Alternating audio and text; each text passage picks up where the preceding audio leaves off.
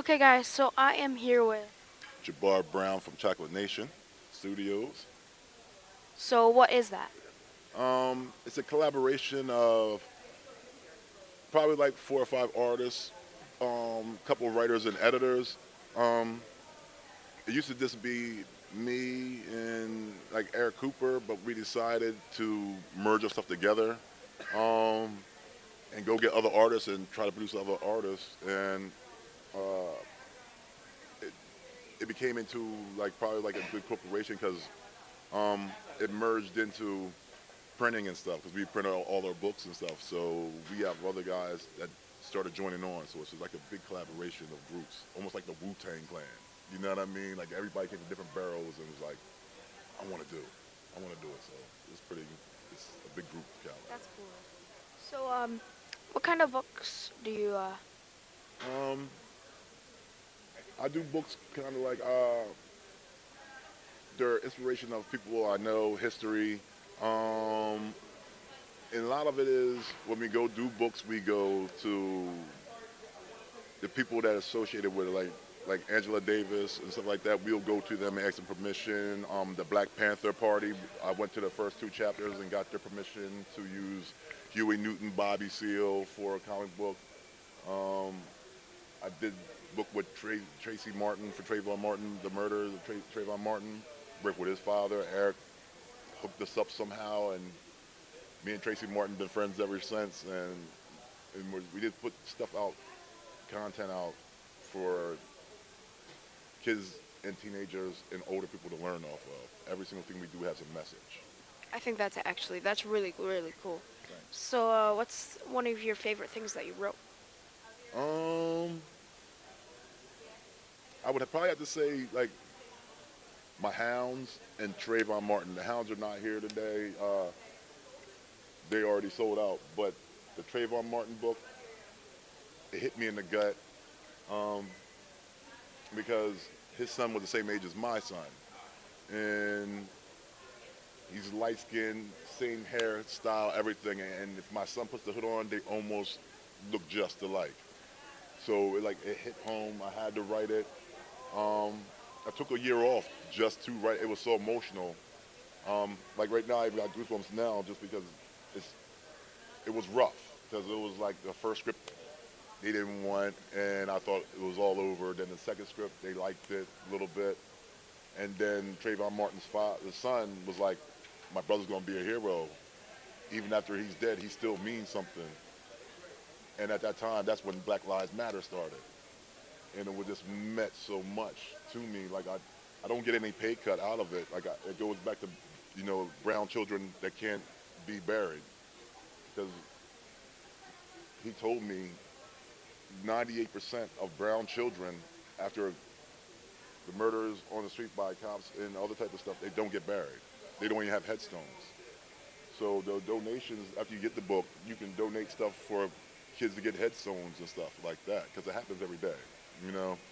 So that goes there to them, and that really meant a lot. That's what put me to a different level, you know. So it was just a whole big thing. So it was a great thing to do. Yeah. So, how many cons have you been to? Whoa.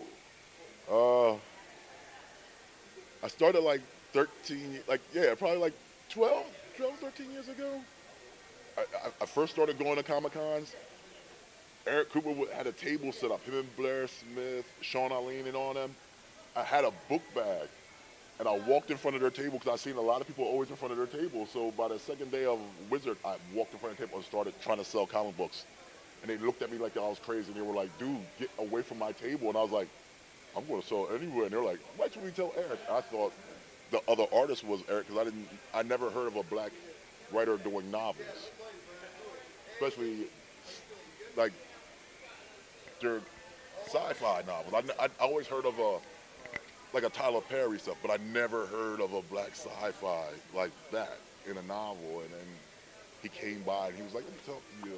And ever since then, I've been going to Comic Cons every year. Jabbar, get better. I wanted to quit. It takes a tough skin. I wanted to quit at least 3 to 4 times, because it affects family. I'm a teacher.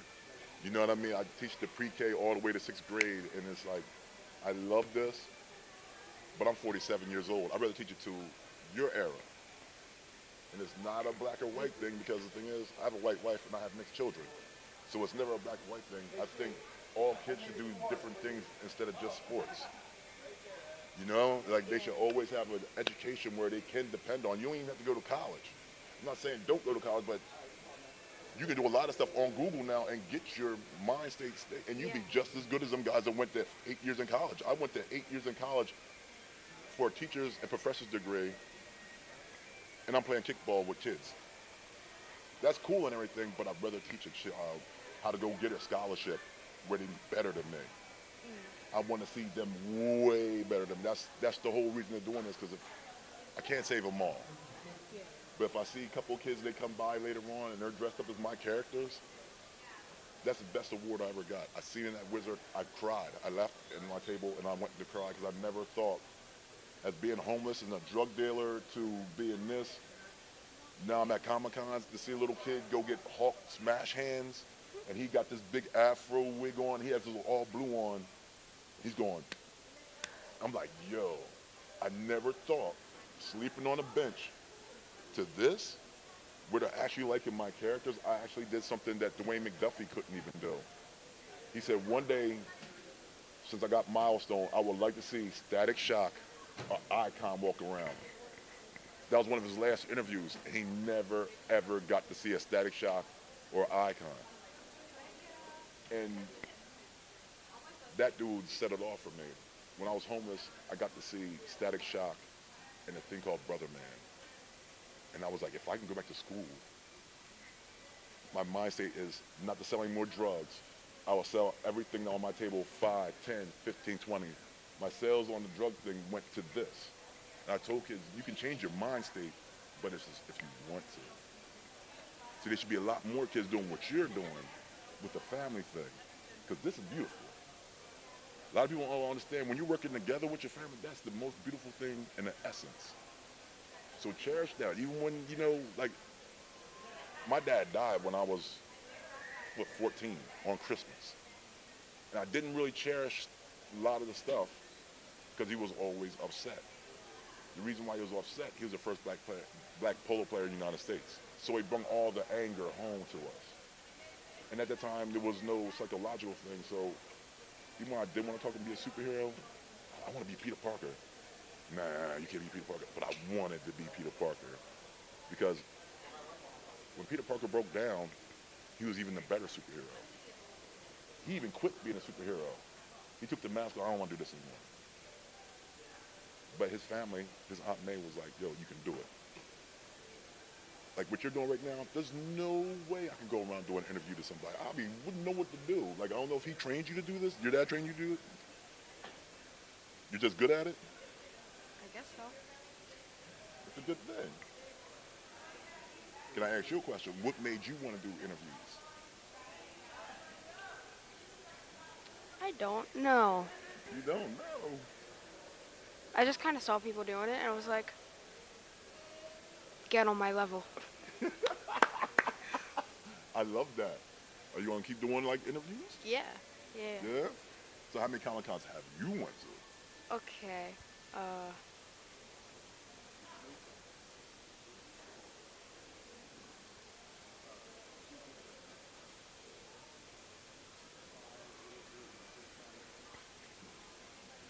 'Cause I met your dad like almost 3 years ago, I think. Yeah. Like he talked about you. I didn't know that you were going to be doing this type of stuff. So you've been to a couple, like 4 or 5, 6, like that. Like, what do you like to see in Comic Cons? What do you like to see in Comic Cons? What kind of stuff do you like the most? okay. I just like seeing like people dressed up, and I like meeting new people That's and stuff awesome. like that. Yeah. See, that's what I like because as being a big guy, I'm real intimidating to people. A lot of people don't want to meet you. You know what I mean? Like what I found out when when I was younger, I used to be only 5'9" and 325 pounds. So I was that guy to talk to, but they never really want to hang with me. So when I got a little older, when I got taller, and I was intimidating, so no, like a lot of people didn't want to be my friend. So like the only time people would like want to be my friend, I'll tell a weird story. They'd be like, black guys in outer space? And that doesn't make any sense. But to be unique, something can happen. You know what I mean? What you're doing is something unique. The main thing is keep it up. My daughter didn't understand where she fit in, but now she's working on a set of Color Purple and stuff on Broadway. You could do anything. You stay with him, do what you're doing, blow it up to a different level. Because for a while, you be taking his spot. He be sitting there watching you do the work. You know what I mean? Like you be setting up the cameras and everything. Right, Pop? You know what I mean? So if you're good like that, keep it up. And keep coming to cons. Because the thing is, by the time you see a whole bunch of different work, you never know who's going to blow up. And you be like, I interviewed that guy before he got famous. So always think of that. Don't dream about it. Make it your goal to make it happen. Dreams turn out to be nightmares. Because that means you're sleeping, walking around, you're not seeing what you should be seeing. If you set that goal up, say, this is what I'm going to get in life, you'll get it. Well, thank you. Mm-hmm. Okay, guys, so I am here with. Kendall Redburn with fuzzymonsters.net. What is Fuzzy Monsters? It is a brand new online trading card game from an indie game developer. What's your favorite part about it? Ooh, it's free and it's fun. It's silly and sarcastic. That's a lot of parts. And where can you go to find it? Fuzzymonsters.net is the website, and there's no downloads. Everything is run in JavaScript and HTML. Okay, I'm gonna think of something to say. All right. So I could technically have all my friends play this all at the same time. Yes, it's player versus player. All right, I'm gonna go tell my friends that then. So Well, I will appreciate that because we need people online playing. yes. Don't fall. Can you tell me one of your favorite characters? Oh, definitely Karloff, because he's made up of many different parts and not really sure of his identity. We have lots of good characters in the game. My wife's favorite is Fangclaw here. I have no idea why. But I like that one. yeah, that artist is right over here on my left, my daughter Rebecca. But we hired artists from all over the world to do the artwork for this game. Well, thank you. Thank you. Christian Espiritu Santos. So what do you do? I am a comic illustrator and creator. What kind of comic books have you made? I created my own self-titled Warriors Amongst Realms. That's out right now, my second issue that debuted November 1st. Okay, so what's your favorite part about it? My favorite part about it is writing the story. I love everything about it. It's about these three guys that receive mystical powers from another world, and they use it to protect this world from the evil warlord, Lord Agnes. I haven't read it yet, but I'm going to. I definitely will. Awesome. So, how many cons have you been to? At this year or in general, there's a lot of cons. I have done a lot of cons, and I'm enjoying it along the way. How many times have you been to J1? J1. This will be my first time at J1, and I love everything about it. The atmosphere, the people, the fans. It's an amazing experience to be here. Are you going to J1 Jamaica? Oh. Well, my wife, she's not dressed. She's not cosplaying today, but if she was, yes, it would have been a possibility. Yeah. What's your favorite part about J1 so far? My favorite part is the people. The people.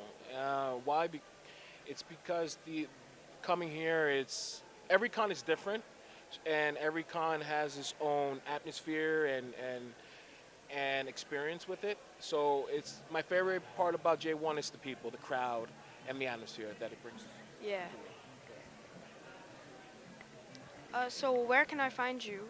You can find me at, well, you can find me on my Instagram, Art of Christian Espiritu Santo, no spaces, or you can find me on Facebook, Christian Espiritu Santos, and on Twitter, same thing. You can find me there also. All right. Well, all right. So, can you tell me a little bit about the first issue? Sure, definitely. The first issue, it's putting you in the driver's seat of the action. So I'm like putting you in the action, and it's leading you up to the whereabouts of the stones and the power that these new heroes are going to possess. That's in the first issue. So, how about the second issue? The second issue is explaining where we picked up from the first issue. So it literally, the first and second issue, it's like you never even left. It's like getting up and going to the bathroom and coming right back. So it's like when you left from the first issue, it picks up right in the second issue. So, what's your favorite part about the first and second? That's a very interesting question. That's a tricky question. I have to say my experience favorite about it is that I look forward to the next issue. You know what I'm saying? I look forward to the next issue. So every issue is very special to me. When is the next issue?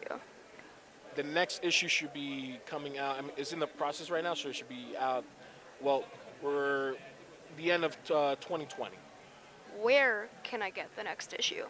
You can get it on my social media page, or you can request me, or you can find it at your local comic book store.